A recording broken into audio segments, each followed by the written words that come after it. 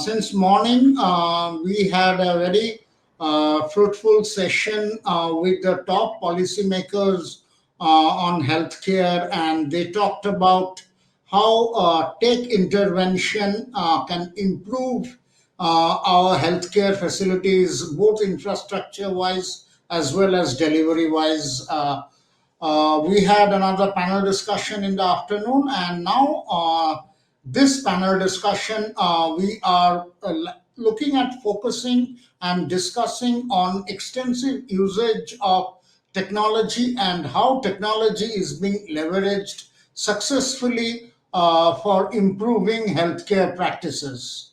So the topic is leveraging the emerging technologies like artificial intelligence, machine learning, cloud, cybersecurity, and the likes in healthcare.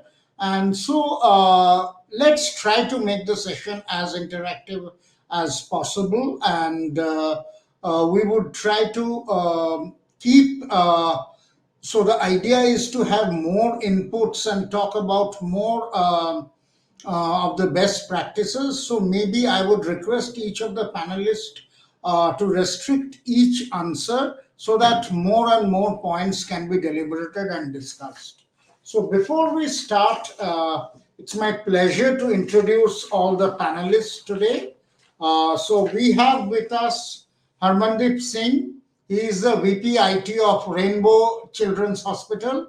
Welcome to the show, Harmandeep. We have with us Ajay Chabra. He is a Chief Digital Officer at Yashoda Hospital and Research Center. Welcome to the discussion, Ajay. We have with us Himanshu Bharadwaj. He is a Head HIS and IT Applications at Medanta. And welcome, Himanshu, to the discussion today. And we have with us Kishore Gojia. He's the head IT of CIMS Hospital. Welcome, Kishore, to the show. And myself, I'm Rajneesh Day, consulting editor with APAC News Network, who will be moderating this discussion.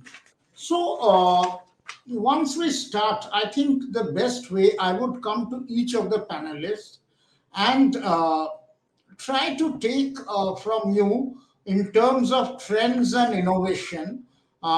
Maybe you can give illustrations of your own hospital or overall generally in hospitals. What we mean by these new age technologies? What are these new age innovations or technologies that are being increasingly deployed in hospitals? And very briefly, if you can mention what are their use cases. So I'll start with you, Harmandeep. Yeah. So hi. Good afternoon to everyone on the panel as well as those who are watching. See, there are a lot of these technologies coming in, but I think in the Indian healthcare system, we are still a little bit behind in certain ways in terms of the adoption of the legacy technologies available. But at the same time, I'm not saying that we don't need to adopt new technologies. I think new technologies, whether it's machine learning, whether it's cloud, or any other basic speech to text, even kind of technologies are going to assist our doctors.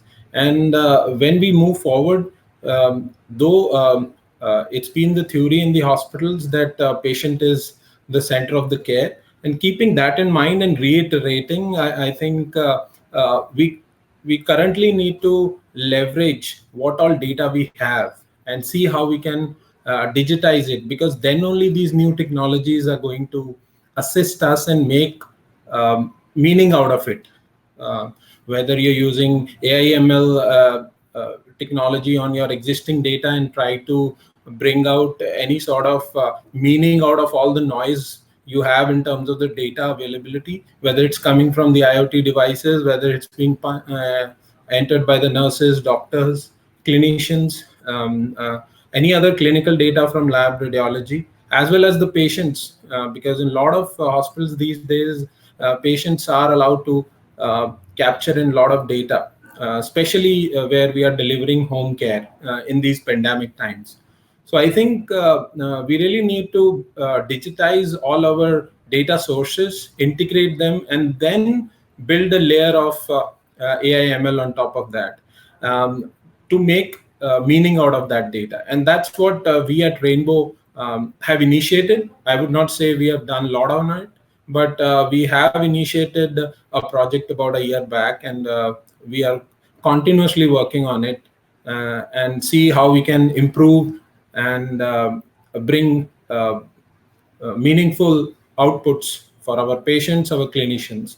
At the same time, we are also leveraging in cloud because that helps you to deliver and bring in these solutions to the market as early as possible. I think these are the two things which I would like to add. Thanks, Harmandeep. I'll come to you, Ajay, one with the same question in terms of um, what are the technology wise, what are the new uh, Ajay? Ajay seems to have got disconnected at the moment. So I'll then come to Himanshu. Uh, One, I'll pose the same questions in terms of the emerging technologies.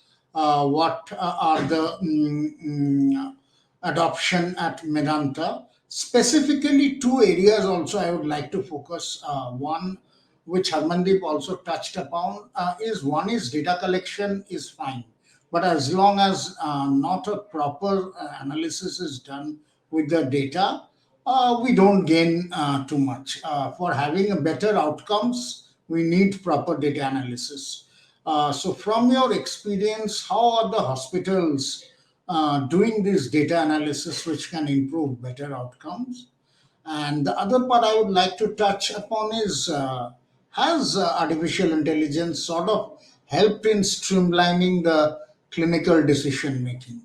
So, over to you, Himanshu.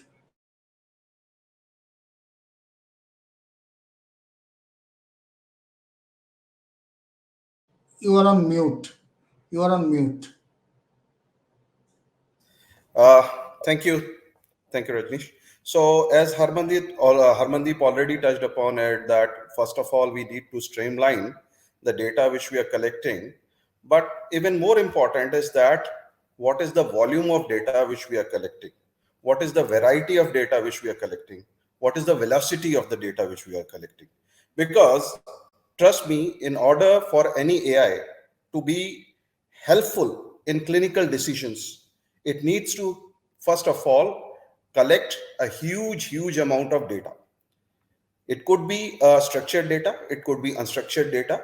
We have a lot of technologies which can convert the unstructured data into a structured data. For example, at Medanta, we are already doing it, and we are doing it using Hadoop, and basically big data Hadoop cluster we have deployed at Medanta.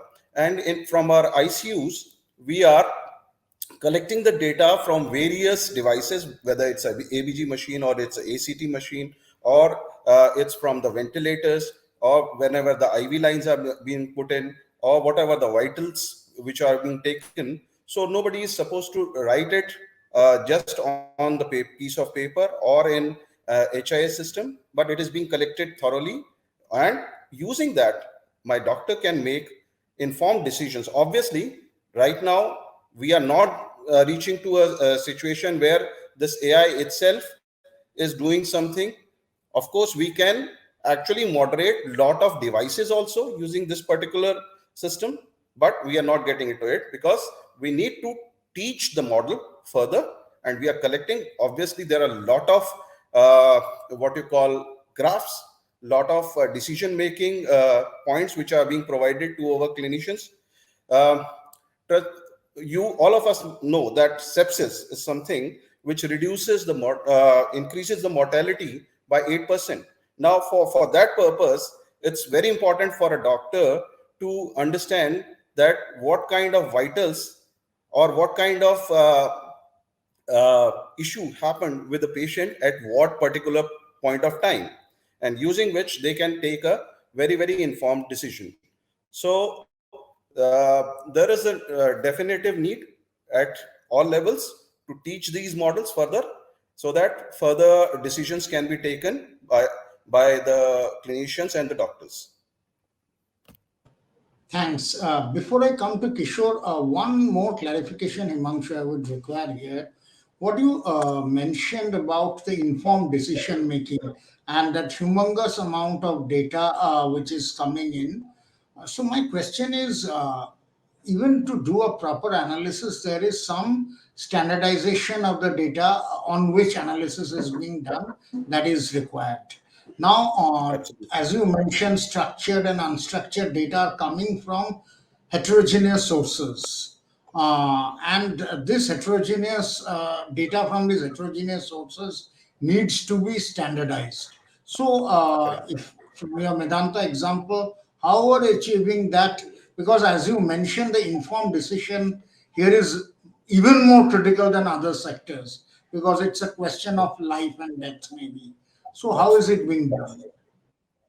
So as I said that we are using Hadoop cluster, and basically there are certain set of rules which are built on this particular system, and using the AI, we are generating only the graphs and generating the information for the clinicians. We are not forcing it onto them, but obviously, for example, a clinician wants to see the status or stage of a person, let's say today 9 a.m. in the morning.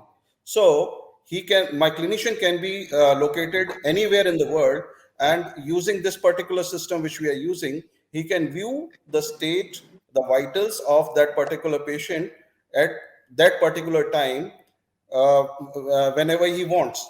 And this gives him further possibility to take a decision, because he is not just relying on the notings done by a nurse, which may have not been done on the timely manner, right? So and obviously this particular system is also generating a lot of informative graphs for them to take a decision. If you wish, I can display certain graphs to you at certain point of time. Thanks. And got it. Kishore, I'll come to you again. The same question in terms of what are the emerging technologies that you are deploying, and also to understand a little bit more on the innovation trends that AI is witnessing in the healthcare domain. Yeah, hi. Good afternoon, all. So, I would like to answer your both the things in a different way. Like being in healthcare, see, since last 2 years, due to COVID, healthcare are blessed that they have they have started leveraging the all the technology by using the new opportunity and available tools in the market. Like in Sims, we have started our digital journey before 4 years ago, and we have started the process digitalization, wherein we have targeted to cover all the internal processes on a digital platform.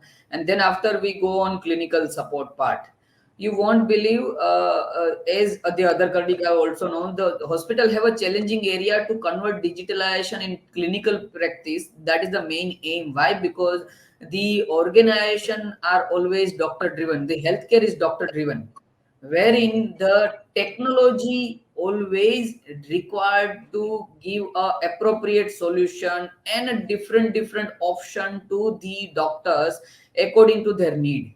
So for the technology partner or the technology leader, they have a major challenge to implement a new AI ML system on their practice according to their flexibility. So the if I'm talking about our organization, our almost back office stuff are on digital practice. Everything is digital, like the starting from patient journey to ending discharge, the date and departmental process, and all these things we have digitally implemented. And you won't believe, since last 2 years we have started our journey on EMR, on OP and IP both, and we are the only hospital in Gujarat who have started digital ICU first in Gujarat before 4 years ago. Right now in our ICU, we are capturing so many of details from the devices, and there are so many few tools we have incorporated which give us a flexibility to show our data on appropriate platform. Like today, if our management want to see any of the analytical business tactic report, they have a single click available portal where they can go through that, they can build a business strategy, they can create a new stuff for their own team. So these are the things always beneficial for the organization if they appropriately adopt the technology at right time and at the right go. That is the most important. Second part which you have which you which you have shared, that wherein I want to highlight that yes, digitalization is very important nowadays, wherein in clinical practice, because of that nowadays patient flow is more, they are more so tech savvy patient. Because before couple of years ago the patient are not keen to get their report on mobile, but nowadays you won't believe a 60-70 year old age person ask to a reception guy that they need their report on WhatsApp. So that is the technological thing, and the patient are aware, they are so tactic, so they want everything on their mobile device.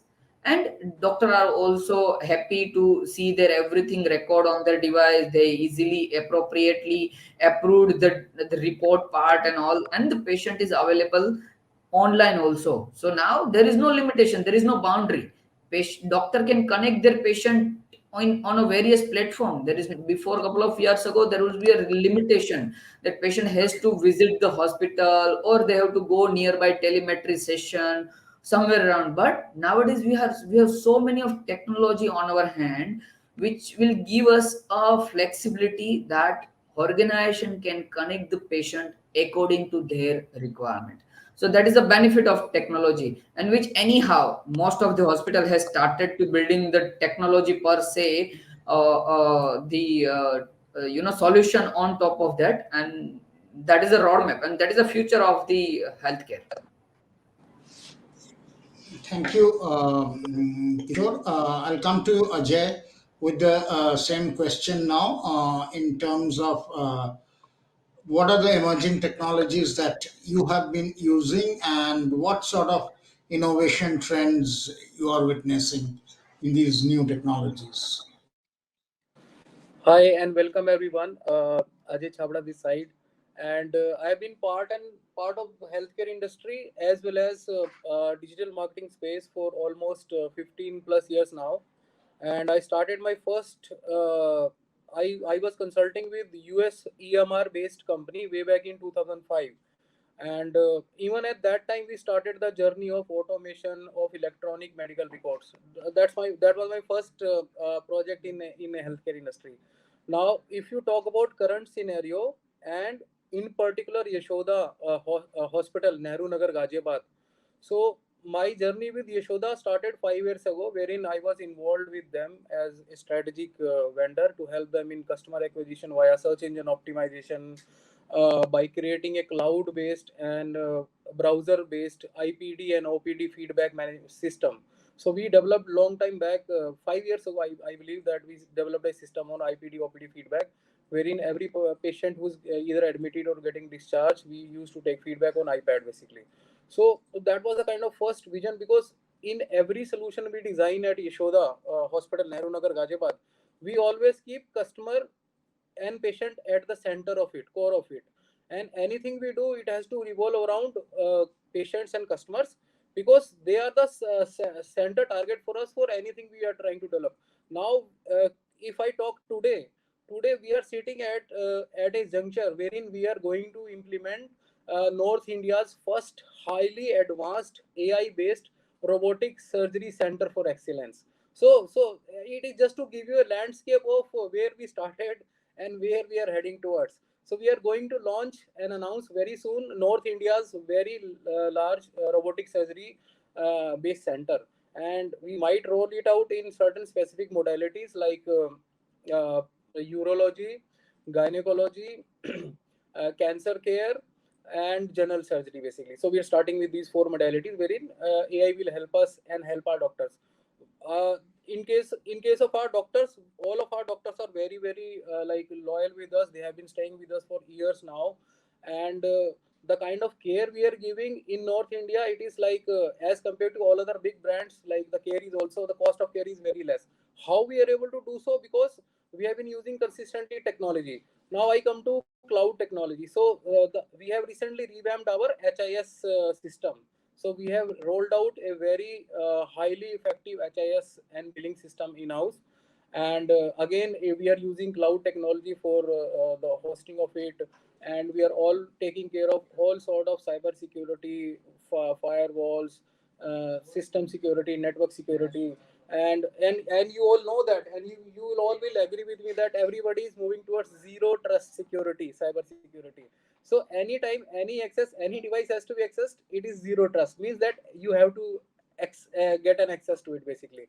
Now, as somebody rightly said recently, that the data has been mounting basically, and there are patients with same name, patients with the same disease, same departments. So we are also implementing a very good solution in terms of a QR code and barcode based solution, a CRM product, I would say, wherein you have to simply flash that card at the counter, and all the patient details via our HIS system will be displayed, so that there is no medical error, there is no patient ID mismatch, patient don't have to wait too long at the counters, and we are saving a lot of productive time for even the billing counter, even at the for the patients also basically.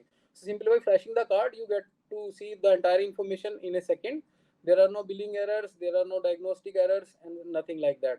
Now, if I come to, these are some of the solutions we are implementing, and we have a very unique website. We are working on extending this website across. We have telemedicine recently implemented thanks to COVID, because earlier nobody was taking on telemedicine.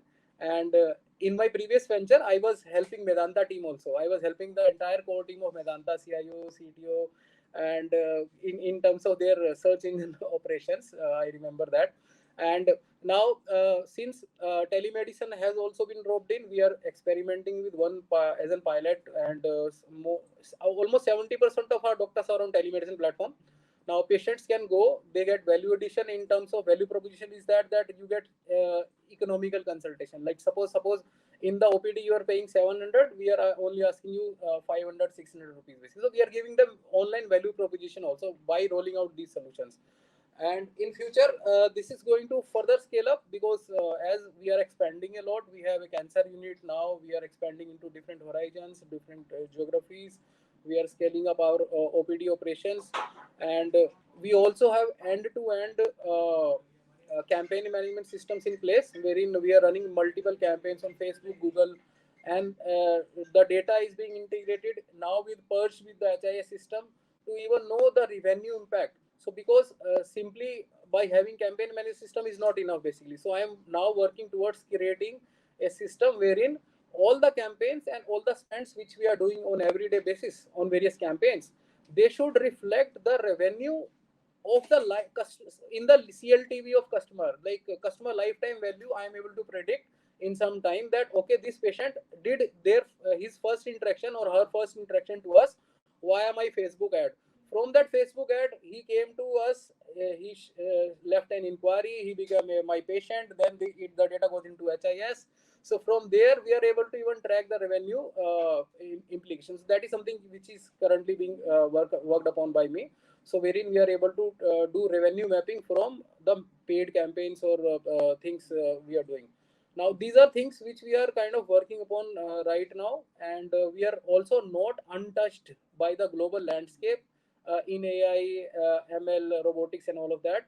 I have been researching this area for quite long, and I have keen interest in AI, robotics, and all of that. I have been a trainer also in this space. I keep on organizing a lot of training sessions for various corporates and all that. Now, some of the trends which will be useful for this panel would be that one is that robotic assisted surgery, which is taking up shape all over. Why? Because in the robotic assisted surgery, you have less bleeding, you have less patient has to spend very less time at the hospital, and the value proposition we are going out with is that it is going to be economical surgery for you. It's not that we are spending a lot of money on robot, then the surgery will be costly. It is going to reduce the cost of care for patients. That's our vision basically. So we are spending money, yet my patients will not suffer. They will not have to pay higher. The cost of surgery is going to be very, very economical basically. Now, world over, there are innovations happening in this space, like robot assisted nursing basically. So there is a company, startup company in US. They have developed a nurse assistant, virtual nurse assistant, which is for cancer care patients basically. This is one of the example which I really liked, and I would like to implement that in our cancer institute also in the near future, wherein a robotic assistant nurse is helping and talking to the patients and telling them about their ailments, what to do, what not to do, and all those that. So in various modalities, even in eye, even in ortho, even in your cancer, even in mammography, there are a lot of innovations happening in world over. Now, if I were to compare data in 2014, the AI in healthcare was only around 600 million or so. But by 2025, this is going to be an industry which is going to be more than 150 billion dollars. Nobody can predict it at this stage. But yeah, I've seen some reports, I've seen some trends coming from Accenture and other companies, wherein they are Gartner, Accenture, and all that, and they are predicting that the AI in healthcare is going to create a huge market in future, basically.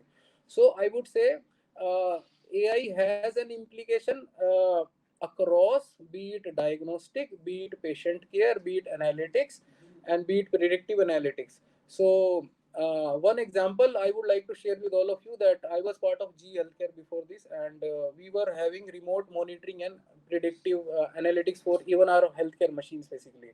So even a machine, before a machine part might fail, the remote engineer will come to know. So this is just a starting of our discussion. I am happy to share more inputs basically. Thank you so much for inviting me. Yeah. Thank you. Thank you. You touched upon some of the points. The next question, I'll keep it open to all the panelists. So, one we touched upon, has the pandemic sort of accelerated this digital transformation of healthcare institutions? If so, how?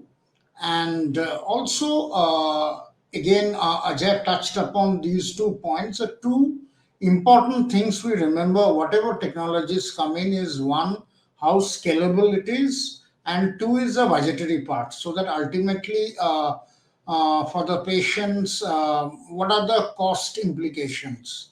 My question is on both these fronts. One, how has the pandemic sort of accelerated the digital adoption amongst hospitals? And two, how hospitals are looking at the scalability and the budgetary issues? This is an open question. Any of the panelists can take it up.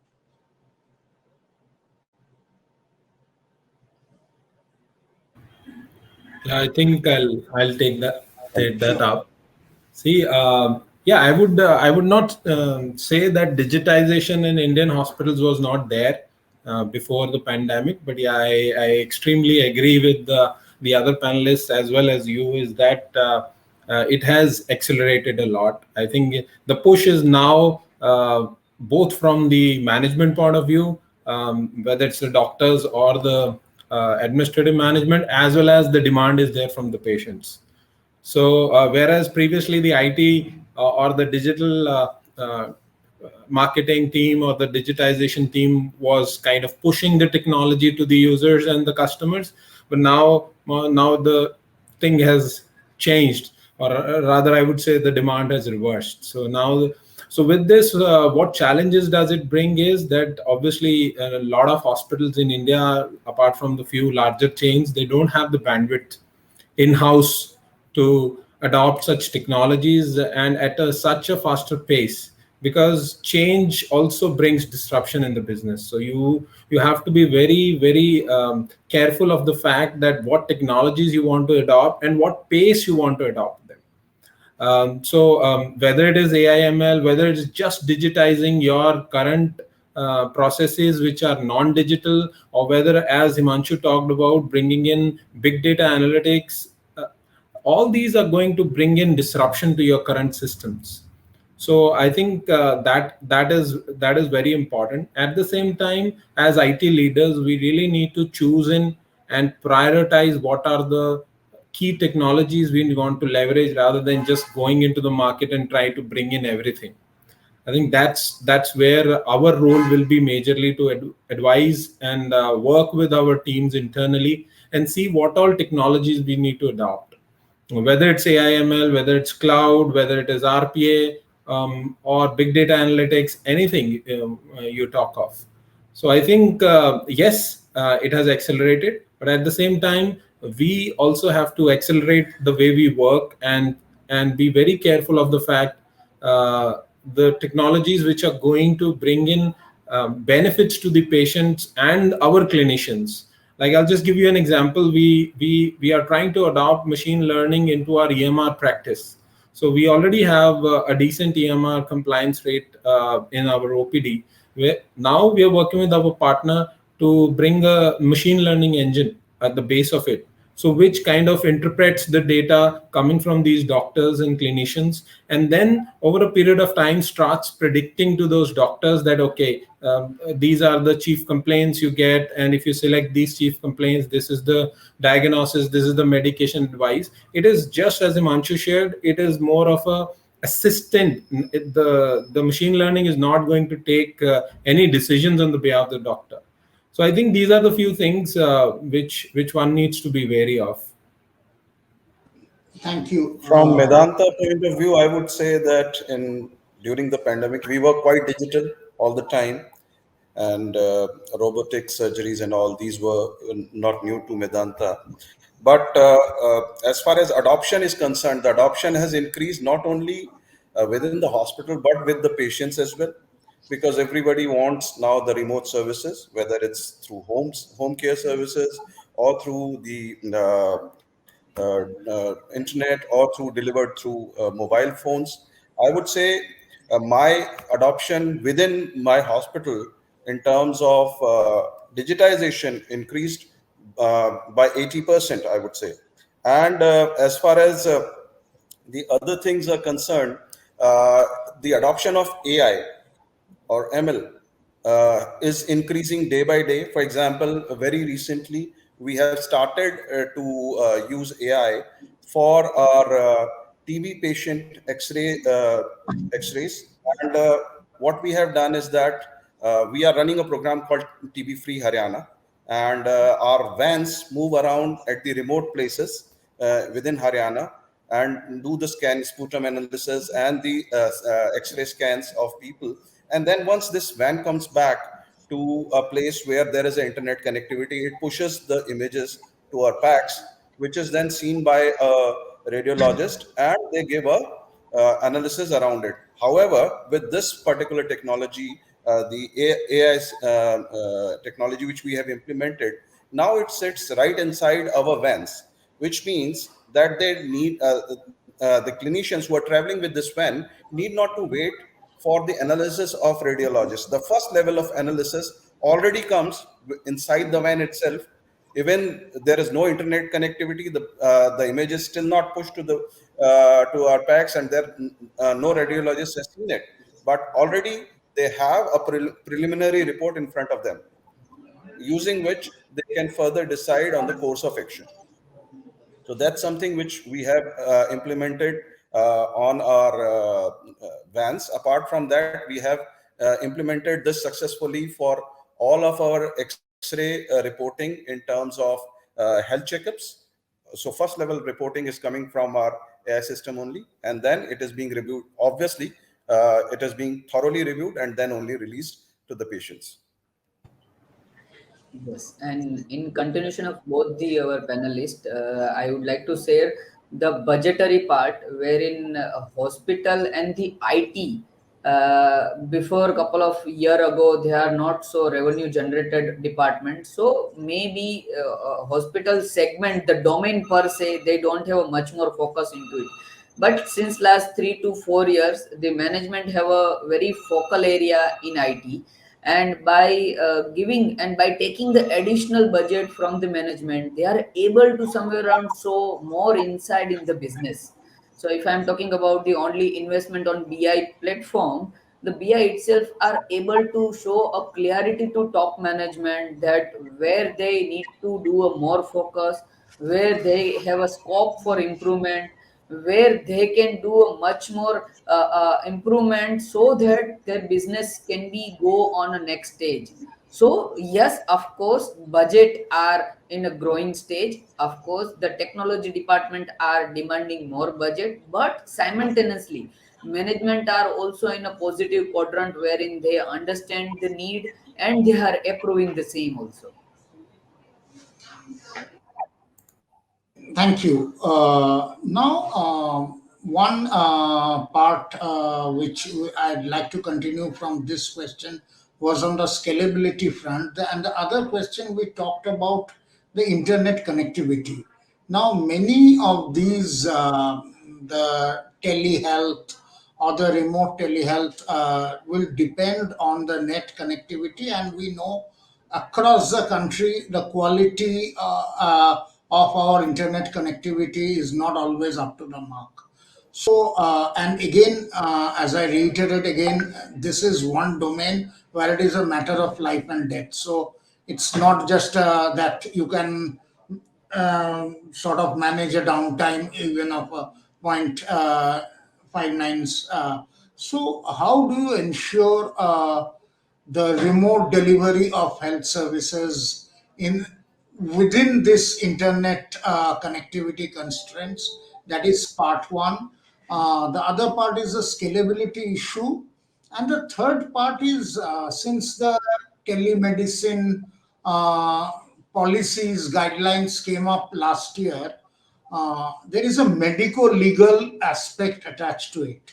So, in some of the ways, this technology adoption are being done, how do they correlate with the medico legal aspect? And how are hospitals looking at sort of these, if I may say, conforming to these regulatory challenges? So, again, an open question. I'll leave it to the any of the panelists to take it up first.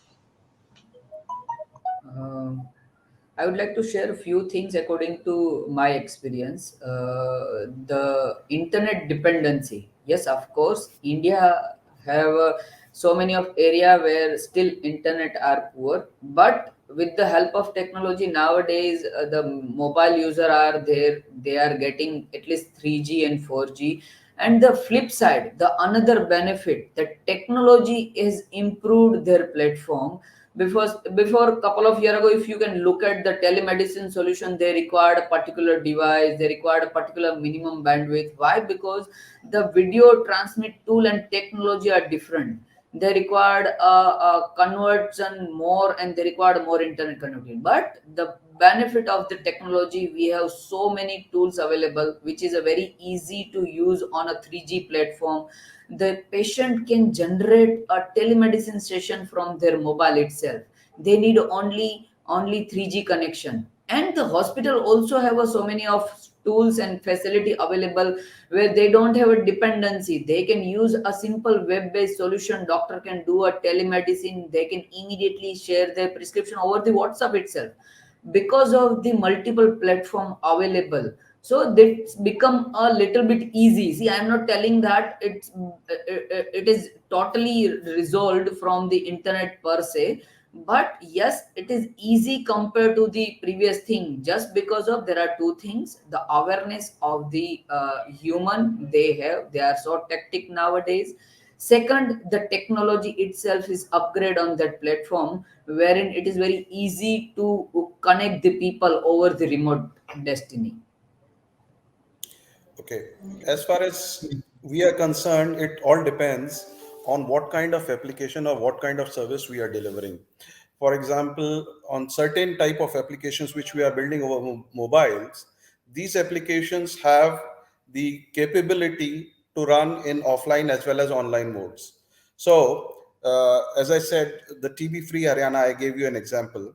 So, apart from that, we do lot of data collection and the collect vitals collection of the patients around Haryana, where you hardly get a 2G connectivity. So the applications which we have built have the capability for our team to go around in these remote areas, collect the data, and it will keep on accumulating the data. It has the MDM sitting on it, so that they need not to connect to internet. They simply can continue with their work. Once they are at a place where there is a 3G or a 4G connectivity, these systems automatically sync with our centralized systems. Similar example I gave you about our vans, wherein we have enabled the or mimic the PEX like system within those vans itself. So there is no need of direct connectivity. Apart from that, we are delivering a lot of services through WhatsApp as well, WhatsApp platform as well. So which requires a very little amount of bandwidth. And obviously there are other technologies like streaming, which helps in to work in lower bandwidth rather than requiring 4G kind of connectivities.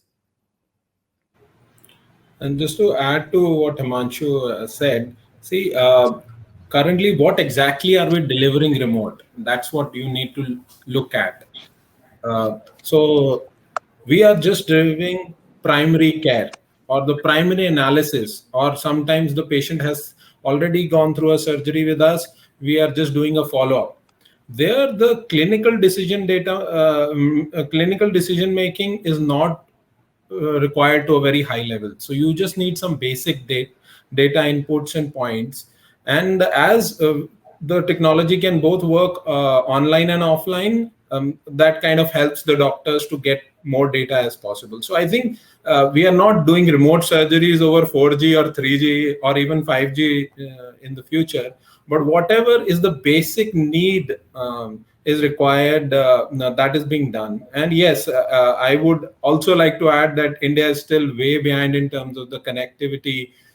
Whether you have the technology, still that basic bandwidth of 2G is also not available in many remote parts of India. Um, I yeah, would like to sure. add. I'm sure even places with better connectivity, remote surgery. I'm not very sure in the near and yeah. You were saying adding something, Ajay. Yeah. Yeah. So as Yashoda, we are also working upon like we are in western side of the UP, and we are working in remote areas. We are going and organizing camps in various villages. We are working with a lot of corporates in around this area and organizing camps. Now, the vision which we are carrying, and actually technology will match our vision also, that a doctor has a very limited time. Now, I saw a couple of videos from Microsoft sometime back, wherein they had created a 3D 360-degree view of a doctor basically, and doctor can be virtually present anywhere basically. So that is something which got me excited sometime back, that okay, a physician can be present at multiple places with the help of Microsoft technology. So that's something one I would want. If you have already aware of it, great. If not, kindly go and check Microsoft solutions which they are working upon in creating complete 3D virtual image, which is a top audio visual image of the doctor or person who can be sitting with you, like you are the way you are sitting at your home, or a clinic, or a this thing. Now that is something which actually requires a huge bandwidth, and as the panelists are already agreeing to the fact that India is still lagging behind, Modi ji has a great vision when he came into power. BharatNet is still it is yet to cover lakhs and lakhs of villages basically. So fiber is growing in India, but see, we have to only look at positive side. I think last year it was around 650 million Indians or so, and the way we are growing, our internet bandwidth, speed, and connectivity, this is phenomenal. And even in India also, like I would say that 80 to 90% internet is now being accessed via mobile devices basically. So mobile phone, after the invent of Geo gave us a huge push. Geo has in fact, I went to a very remote village in Pilibhit in UP, and I was surprised to see there was a very small home, and people, let's say labor class, they were all using small phones, like smartphones, and still accessing YouTube there basically. So YouTube has already became a phenomenon basically, and Indians are making a strong use of it. Taking that clue, we are doing a lot of video promotions, lot of video creations, and always we keep on adding a lot of testimonials to our YouTube channel, and that is something because video is the future of internet, and it's growing in India. And obviously, when the 5G come in, like all the, like even Airtel is working upon its own indigenous solution for 5G, which we never thought of last year basically. And Jio got so much investment into their company because they announced last year that we are going to launch 5G. Because of that one announcement, they got so many private equity players coming and investing in Jio. So Airtel has already invested. Airtel has already tested software-based 5G. So those days are not far off, wherein speed of internet is not going to be an issue. That's my vision basically. And moment 5G come in, the healthcare via remote, like you are saying that we right now see live surgeries via internet. Now next vision, next I think the next step could be that the surgeries will be performed via 5G. That's my vision for future basically. Okay, thank you. So, one question which was not answered in this, and I'll add that is a medico legal aspect. How is the technology adoption conforming to the medico legal aspect? And I will add the question of cybersecurity in hospitals. Cybersecurity also, you can add the question of privacy of patients. So, basically, two areas: the cybersecurity, patient privacy, and the medico legal aspect. How is technology adoption conforming to the medico legal thing? So, I'll start. Okay, Ajay, if you can start. Yeah. So I attended that meeting wherein there were around 400 doctors from IMA. IMA was when they were sharing this telemedicine guideline. I was actually part of that meeting. I attended that complete meeting, and I believe that I first of all I would like to thank you to Government of India that they adopted so much to themselves, to their health ministry in such a less time, and to take care of pandemic in such a glorious way, I would say. I really want to thanks to Mr. Modi for putting in so much effort, creating a large infrastructure in place in no time basically. So that was one. Secondly, doctor and patient interaction was actually happening physical interaction, which is wherein a patient walks into a clinic or to a doctor OPD, or he goes and sits, a doctor touches the patient, because when a doctor touches the patient and examines, the care actually starts from there, the healing starts from there only. So although because of pandemic everybody was scared to go to hospital, and we were scared to go to hospital, I would personally say. But eventually it has given this technology a great push basically, because telemedicine was on back burner for years basically.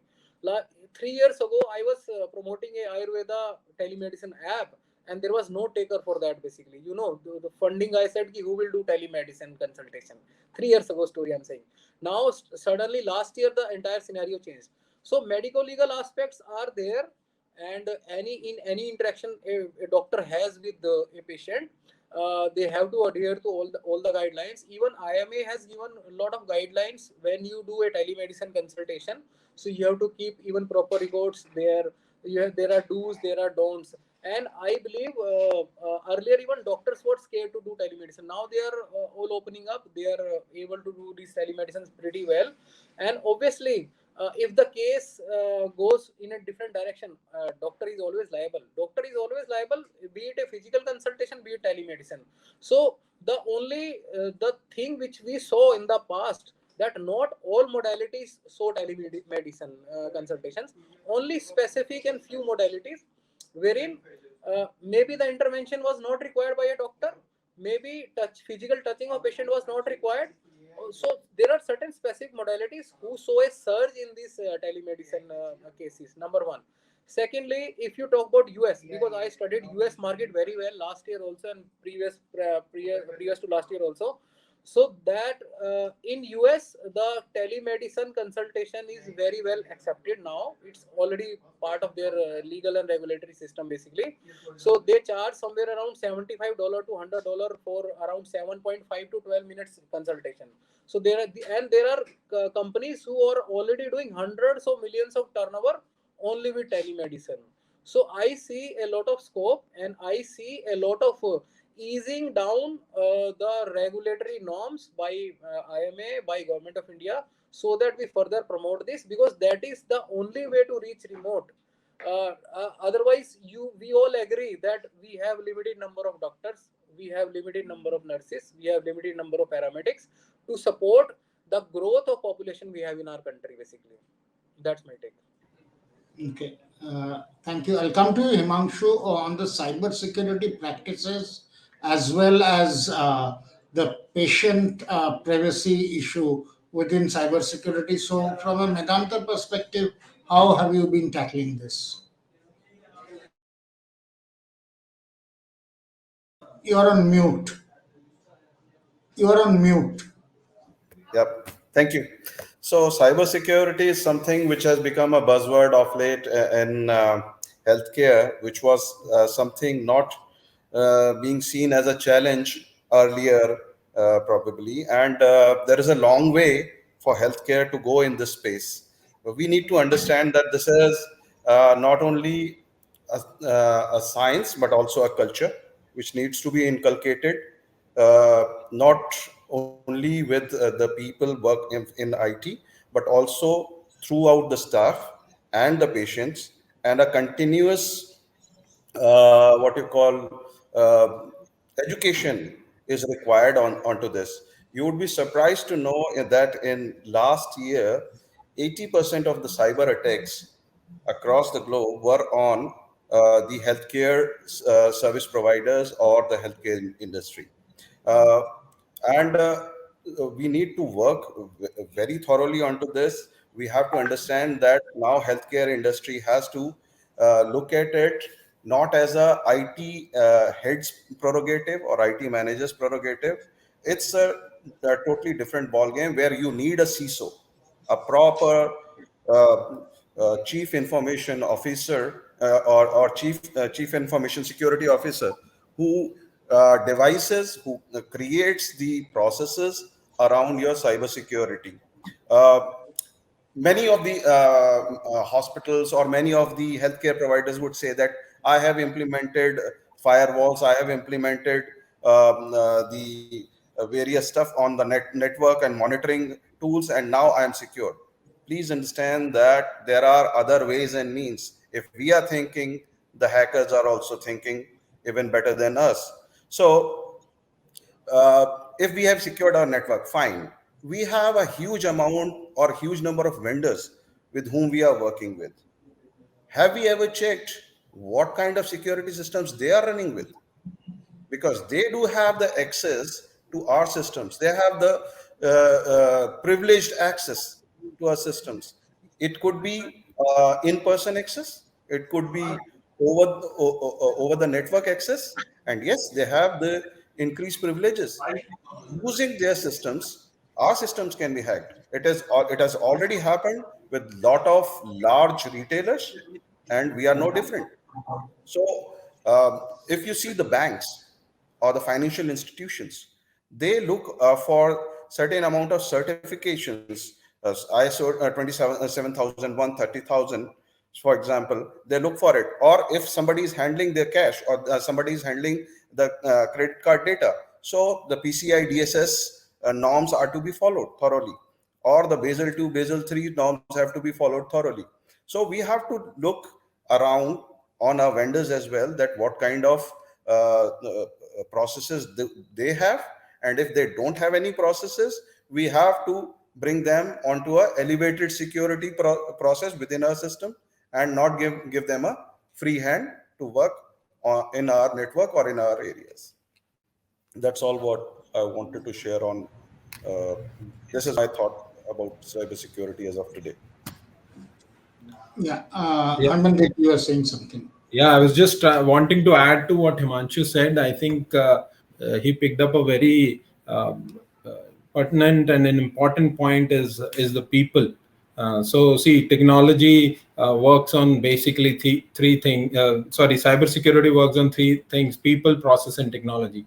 So you can easily buy in technology and implement. That's the easiest part these days. And these days, hackers are not using your perimeter to get into your internal systems. Phishing attacks, and I would say, are there. But I would say the most important part of these cyber attacks, the way it is happening, is your insider threats. I think that's something which all of us in the healthcare domain are need to acknowledge and work upon it. Educating the individual that what kind of data they're handling. Obviously, access, it starts from access control, but yeah, educating the user that provided the access, how you have to handle the data, what care you need to take in. Because in hospitals you would see people will just print out patient reports and they'll be lying here and there. That in itself is a data theft uh, vector, you can say that. So basically what we need to do, just to add to it, is that yeah, you can bring in technology, but you need to set the processes and you need to continuously educate the people, whether it is related to phishing attacks, whether it is related to any insider threats which they need to be aware of. I think that's what I would like to add. Yeah, Kishore, I'll come to you on your inputs on the cybersecurity and the patient privacy part. Yeah, so most of the things my panelist has covered, but I would like to add a few things wherein cyber security, the security part is not a one-time job, or it is not a one-time setup things. It is a constant, continuous improvement journey. The moment we have implement something, we have to regularly monitor, and we have to innovate something and implement the new parameter on top of that part. And why it is important? Because healthcare have to deal with the two categories of the people. Like, one is patient, those who are maybe sometimes not so techno savvy and not serious about their record. Another side is doctor.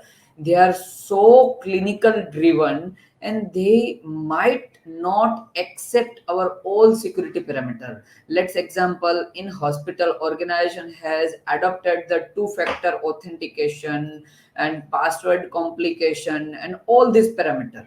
But if the user has not accepted, if they are not following, and if the IT people are not observing their practice and giving them a proper appropriate solution which will be beneficial for them as well as organization, then security parameter goes into failure quadrant. So that is the most important according to my practice, that the moment we decide to adopt any technology, that technology required constant improvement into same. Second part, we should have to thoroughly investigate that what we want to do in protection part and how we are protecting. That is the most important. Say example, we have said that doctor need to use the two factor authentication, but sometimes what happen, they just ask to their the IT guy that set the secondary number in the system which belongs from their junior staff. So every time the junior will get the OTP and they use it on behalf of the doctor. So if IT didn't go in detail and they again recheck constant development, and if they didn't follow the continuous improvement into cycle, somewhere on it breaks the policy. So the clear mantra is, according to cybersecurity, the moment we implement, our job start exactly from the implementation date and the execution date. We have to constantly monitor and continuously improve on that part, and that is the most important. And Harmandeep ji has rightly said, awareness and education. Most of the time, majority attack gets success just because of that. User has allowed, user has done some activity, they have clicked something, they have shared something, and that's why, just because of an 80% case, user has initiated something, and that's why it happens. So the awareness, training, and constant improvement, that three pillars are most important according to my experience in cybersecurity. Thank you. We will put the last question, and it's a more on the forward-looking one. And I'll come to each panelist. So I'll start with you, Amandi. Uh, Basically, what I'd like to say is, if we look at the next 12 to 18 months, maybe, uh, as far as technology intervention is concerned, what are the areas which your hospital and healthcare in general you feel will be the primary uh, disruptions technologically in the next 12 to 18 months? And I'll request each of you to take 2 minutes on this because we will conclude with this question. So, Harmandeep, you can start. Yeah, see, technology has always been disrupting. So technology is one of the fields which at least I am aware of, which is constantly changing. Even if you don't follow the technology for a year, you tend to feel that you're way behind than what's happening in the market. But regardless of that, I think at Rainbow we are currently working on digitizing all of our processes. We are implementing multiple solutions, which I can't share the details of, but they are customer centric. Some of them are customer centric, and some of them are operation centric, because we are trying to streamline our processes to reduce the time taken by the patient, whether within the hospital or whether when they are taking care at home.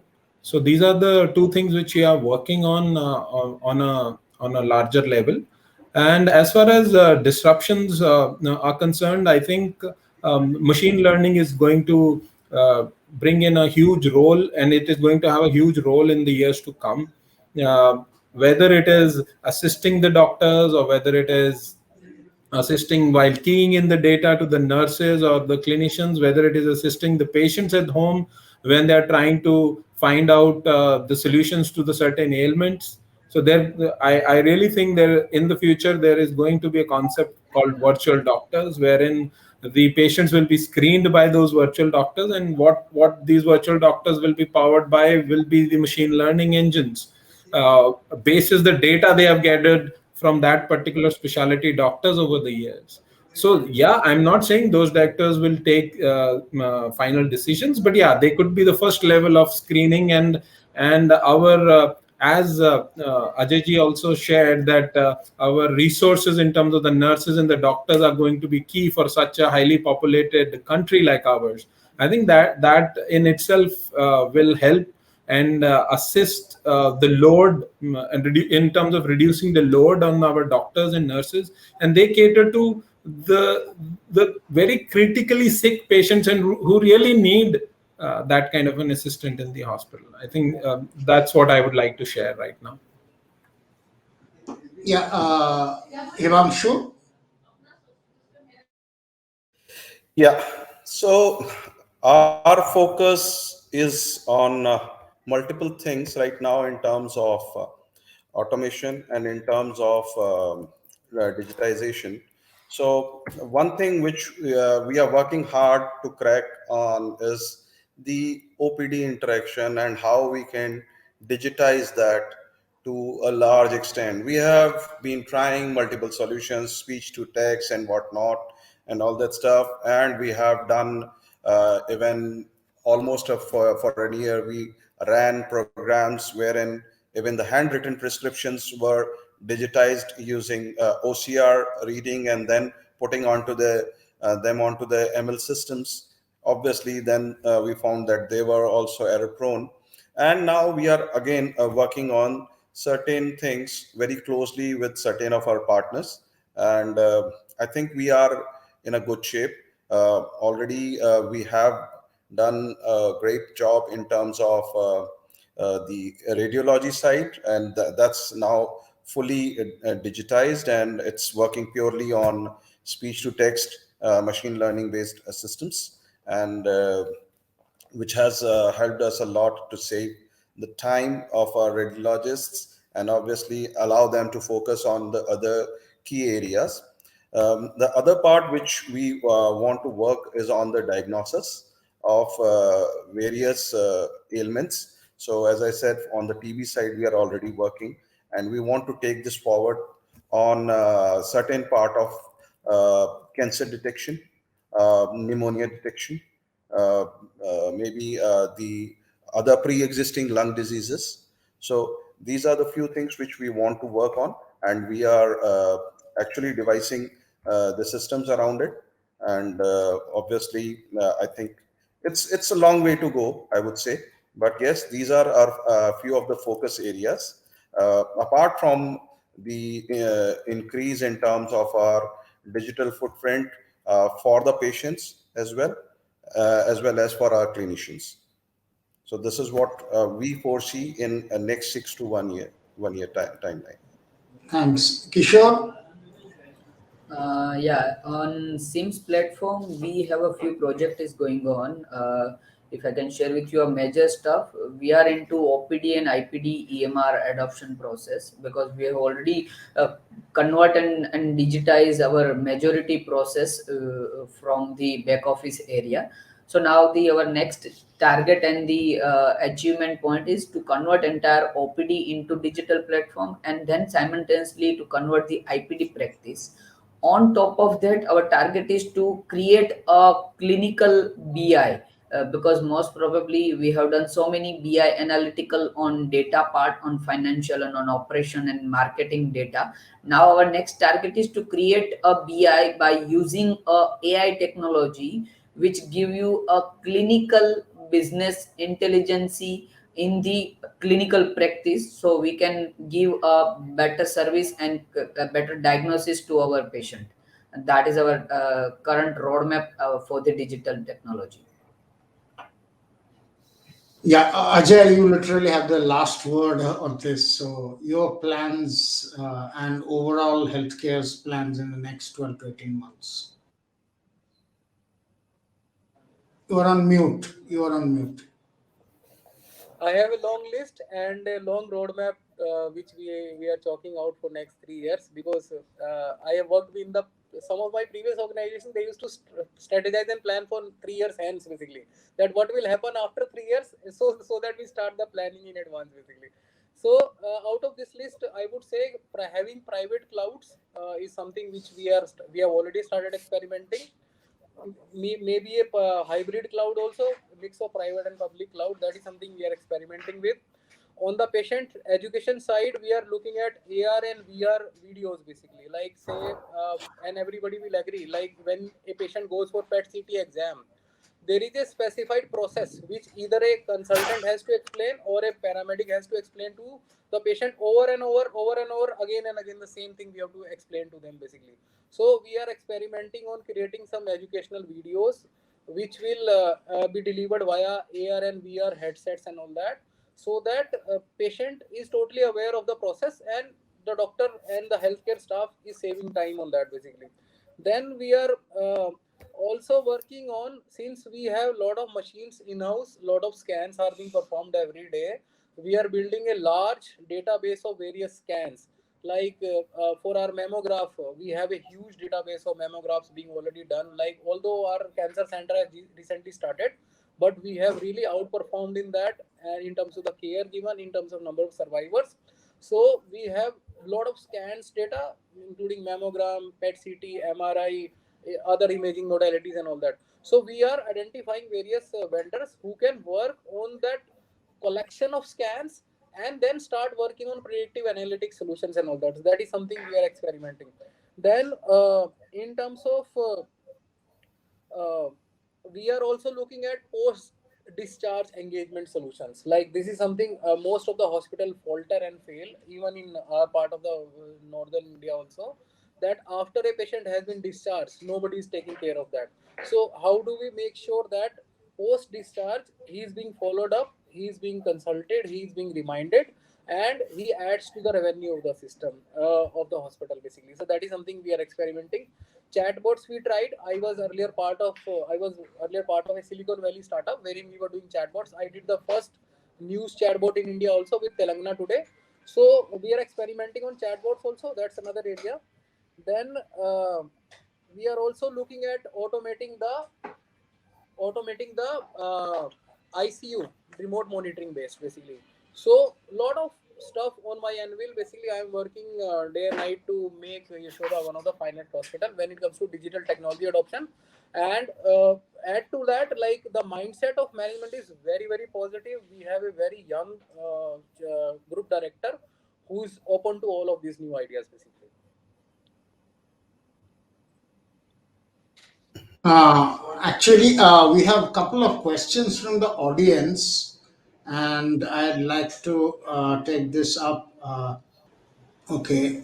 So the first question is basically what the question is around that hospitals are still working in data silos, and these data silos are ideally they should be around each patient. The sharing of data among the clinicians, and also how this data sharing, instead of data silos, how this data sharing can be managed better by the hospitals. Who wants to take this up? Yeah, yeah, I'll take it up. So, uh, we at Medanta have the centralized repository of the data, and it is built in such a way that, as on today, the program which NDHM is doing for the national registry and sharing of the data across hospitals, this is something which is already to a large extent built within Medanta.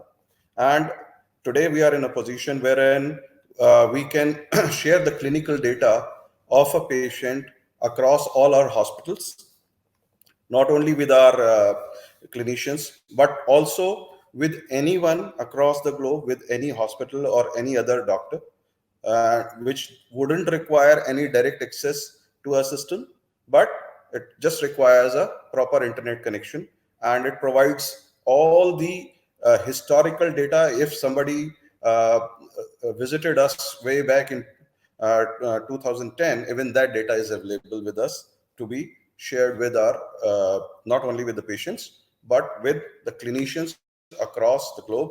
And they for even for treatment they can access this data over their mobile phones, even when they where they are, or anywhere, anytime, on any device.